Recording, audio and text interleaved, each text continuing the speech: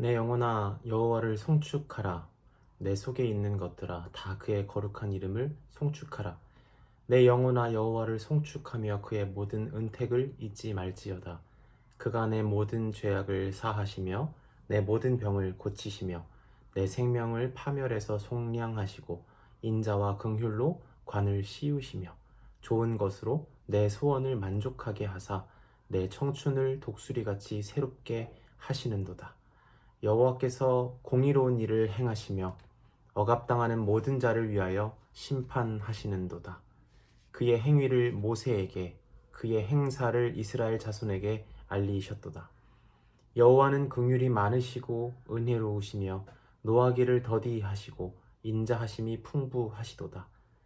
자주 경책하지 아니하시며 노를 영원히 품지 아니하시리로다. 우리의 죄를 따라 우리를 처벌하지는 아니하시며 우리의 죄악을 따라 우리에게 그대로 갚지는 아니하셨으니 이는 하늘의 땅에서 높음같이 그를 경외하는 자에게 그의 인자하심이 크심이로다. 동이 서에서 먼 것 같이 우리의 죄과를 우리에게서 멀리 옮기셨으며 아버지가 자식을 긍휼히 여김같이 여호와께서는 자기를 경외하는 자를 긍휼히 여기시나니 이는 그가 우리의 체질을 아시며 우리가 단지 먼지뿐임을 기억하심이로다. 아멘. 할렐루야.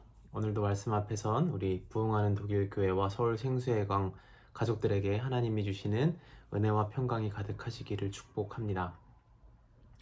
오늘 이 큐티를 딱 펼쳤는데 제목이 이렇게 적혀 있더라고요. 주님이 인생을 돌보시는 법. 주님이 인생을 돌보시는 법. 우리가 성경에서 배우는 것은 어쩌면 우리 인생을 주님께서 어떻게 돌보시고 계신가를 우리가 너무 쉽게 잊기 때문에 그런 모습들을 자꾸 성경을 통해서 발견해 나가는 것 같습니다. 오늘 이 말씀을 통해서 하나님께서 우리를 어떻게 돌보시는지를 경험하시는 은혜가 있으시기를 간절히 축복합니다. 오늘 본문의 부제가 바로 다윗의 노래라고 적혀 있습니다. 사랑하는 성도님들, 원래 이 성경 말씀은 오늘 우리가 경험하는 것처럼 이렇게 눈으로 읽는 것이었을까요? 아니면 귀로 듣는 것이었을까요? 아마 뒤로 듣는 것이었겠죠. 그리고 오늘과 같은 시편은 같이 소리내어 부를 때, 소리내어 낭독할 때 더 큰 은혜가 그들에게 있었을 것입니다. 한번 권하고 싶은 것은 오늘의 이 말씀을 함께 나누고 기도하고 그 이후에 이 말씀을 조용히 소리내서 한번 읽어보시기를 간절히 축복합니다. 하나님께서 주시는 은혜가 있으리라 믿습니다. 제가 오늘 말씀을 가지고 좀 중점적으로 이야기하고 싶은 부분은 주님을 두려워하는 사람이라는 것입니다. 11절과 13절 말씀을 한번 볼까요? 이는 하늘이 땅에서 높음같이 그를 경외하는 자에게 그의 인자하심이 크심이로다. 13절에 아버지가 자식을 긍휼히 여김같이 여호와께서는 자기를 경외하는 자를 긍휼히 여기신다. 이게 세번역 성경에는 이렇게 나와 있습니다.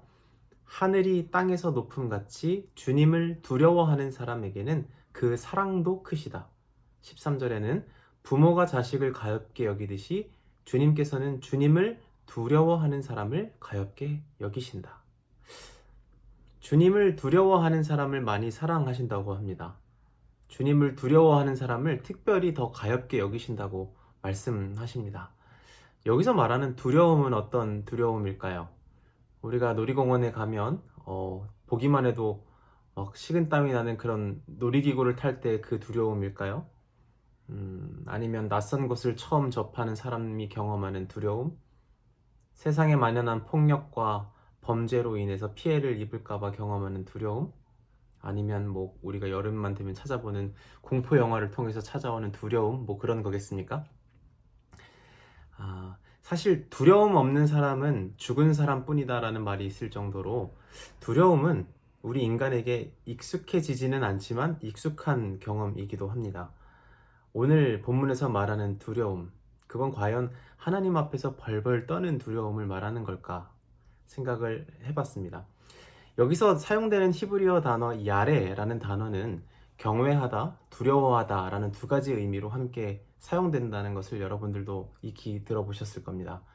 성경에 하나님을 두려워한다라는 것은 하나님을 경외한다라는 것과 같은 말입니다.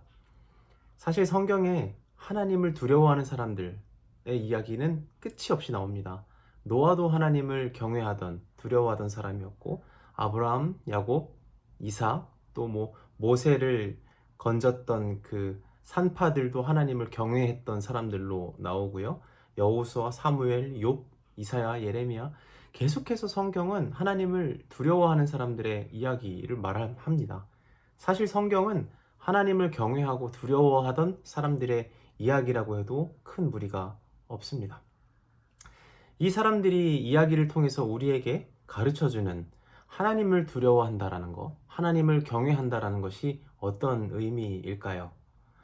우리가 그들을 통해서 발견하는 것은 두려움이 하나님 앞에서 벌벌 떠는 것은 아니라는 말입니다.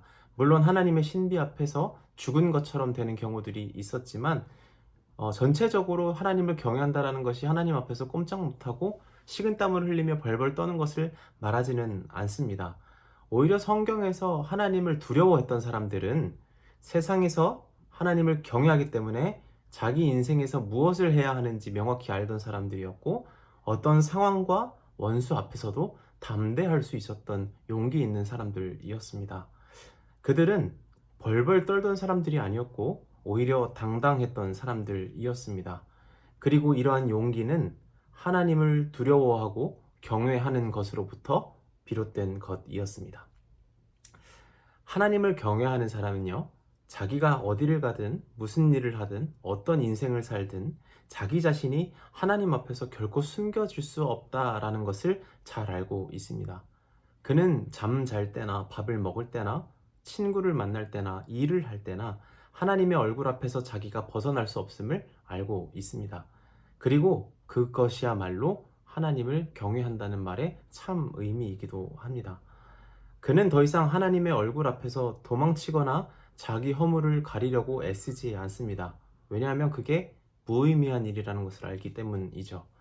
그는 불꽃 같은 하나님의 눈동자를 의식하면서 두려움을 경험하지만 동시에 그 하나님의 불꽃 같은 눈동자를 제외하고는 모든 것에서 더 이상 두려워하지 않을 수 있게 됩니다. 다시 한번, 그가 두려워할 대상은 하나님이지 세상과 사람들이 아니라는 말입니다. 그는 이제 하나님을 참으로 두려워하기 때문에 세상 안에서 자유를 경험하게 됩니다.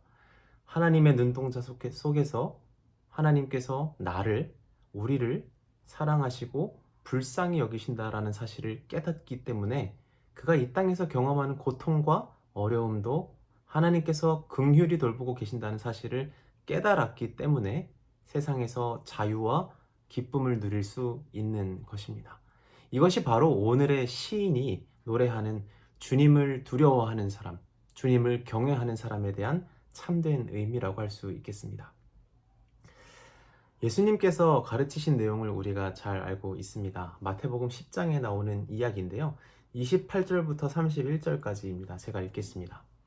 몸은 죽여도 영혼은 능히 죽이지 못하는 자들을 두려워하지 말고 오직 몸과 영혼을 능히 지옥에 멸하실 수 있는 이를 두려워하라. 참새 2마리가 한 아사리온에 팔리지 않느냐? 그러나 너희 아버지께서 허락하지 아니하시면 그 하나도 땅에 떨어지지 아니하리라.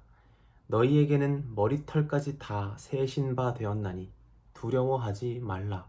너희는 많은 참새보다 귀하니라. 아멘. 예수님께서는 우리의 현실, 우리의 몸, 그리고 신체를 공격할 수 있지만 영혼을 무너뜨릴 수 없는 자들은 두려워할 필요가 없다라고 말씀하십니다. 다만 모든 존재 자체를 지옥에 멸망시키실 수 있는 하나님만큼은 두려워하라고 말씀하십니다. 어느 쪽을 두려워하든지 서로는 서로에게 영향을 미치게 되어 있는데요. 다시 말하면 우리가 우리의 현실을 쥐고 흔드는 자들을 두려워하기 시작하면 결과적으로 우리는 하나님을 더 이상 두려워하지 않게 됩니다. 우리의 현실 때문에, 육신 때문에 우리는 얼마든지 하나님의 눈을 신경 쓰지 않을 수 있고 그분의 뜻과 계획과는 전혀 무관한 결정을 내릴 수 있습니다. 그러니까 세상을 두려워하면 곧 하나님을 두려워하지 않는 결과를 초래하게 됩니다. 그것이 내 진심은 아니더라도 어쩔 수 없다라고 생각하면서 결과적으로 그렇게 될 확률이 아주 높다라는 겁니다. 반대로 우리 존재 자체를 멸망시키실 수 있는 하나님을 두려워한다라는 거, 그 정의, 그분을 경외한다는 것은 이 땅에서 우리가 참된 자유를 경험할 수 있는 유일한 길이기도 합니다. 이 말은 이제 우리가 죽어서 좋은 데 갈 테니까 이 땅에서의 삶은 어떠하든지 상관없다라는 말이 아닙니다. 하나님을 두려워하는 사람이야말로 이 땅에서 자기가 어떻게 살아야 할지를 깨닫는 사람이라는 겁니다. 세상을 두려워하는 자는 세상에 이리저리 끌려다닙니다. 그것이 출애굽기의 이야기이기도 합니다. 하나님께 순종하지도 못하고 그렇다고 세상에서 자유롭게 살지도 못합니다. 그런데 반대로 하나님을 두려워하는 자는 세상도 감당할 수 없는 사람이 되고 동시에 하나님께도 순종하는 사람으로 자기의 뜻을 이루며 살게 된다는 말입니다. 예수님께서는 참새의 처지까지도 살피시는 그 세심하고 디테일하신 하나님이 곧 우리 아버지라고 말씀하십니다. 아버지라는 단어 굉장히 중요합니다. 우리의 머리털까지 헤아리시는 전능자께서 인간과 우주 만물을 멸하실 수 있는 창조주께서 우리 아빠라고 말씀하시는 겁니다. 그리고 오늘 우리가 함께 나눈 본문 이 시편 103편 13절에도 이렇게 나와 있습니다. 아버지가 자식을 긍휼히 여김같이 여호와께서는 자기를 경외하는 자를 긍휼히 여기신다. 시편의 시인도 예수님도 하나님께서 아버지라고 말씀하십니다. 하나님께서 우리 부모라고 말하고 있는 겁니다. 육신의 자식들이 부모님을 경외하듯 우리가 하나님을 부모로 경외하는 법을 배울 때 비로소 우리는 이 땅 위에서 무엇을 두려워해야 하고 무엇을 두려워하지 않아도 될지를 깨닫게 됩니다. 우리가 어떤 것으로부터 얽매일 필요가 없고 우리에게 주신 길이 어디인지 명확히 깨달을 수 있는 유일한 길은 우리가 하나님을 아버지로 삼고 살 때뿐입니다. 우리가 읽은 시편의 노래는 결국 우리가 불러야 할 노래입니다. 하나님을 부모로 삼은 자들이 불러야 할 노래입니다. 이 땅에서의 삶이 기쁠 때나 슬플 때나 풍족할 때나 가난할 때나 아버지께 올려드리는 노래가 바로 시편의 노래인 겁니다. 우리 아버지께서 우리의 삶을 아십니다. 우리의 아픔을 아십니다. 우리 인생이 한순간 꿈처럼 먼지처럼 안개처럼 언제든 흩어질 연약한 존재라는 것을 아십니다. 그런데 그 연약한 존재를 우리를 자식으로 삼으신다 말씀하십니다. 이 땅에서의 삶이 녹록지 않으나 우리 곁에 늘 함께 계시고 우리 인생을 돌보시는 부모, 아버지로 말미암아 우리가 날마다 찬송하며 살아갈 수 있기를 간절히 소망합니다. 그런 저와 우리 모든 형제 자매님들 되시기를 주님의 이름으로 간절히 축복합니다. 기도하겠습니다. 하나님, 우리의 어려움 속에서 우리의 현실 속에서 날마다 하나님을 찬송하게 하옵소서. 우리가 하나님을 더욱 경외하게 하시고 두려워하게 하시고 온전히 하나님의 눈동자 앞에서 삶으로 말미암아 우리에게 주어진 현실에 더 이상 두려워하지 않는 담대한 주님의 사람들로 이 땅을 살아가게 하여 주옵소서. 오늘 시편의 시인이 고백한 것처럼 우리 인생을 살피시고 병을 고치시며 죄를 용서하시는 은혜가 오늘 말씀을 함께 나눈 우리 모두에게 있기를 간절히 소원하옵고 거룩하신 예수님의 이름으로 기도드립니다. 아멘.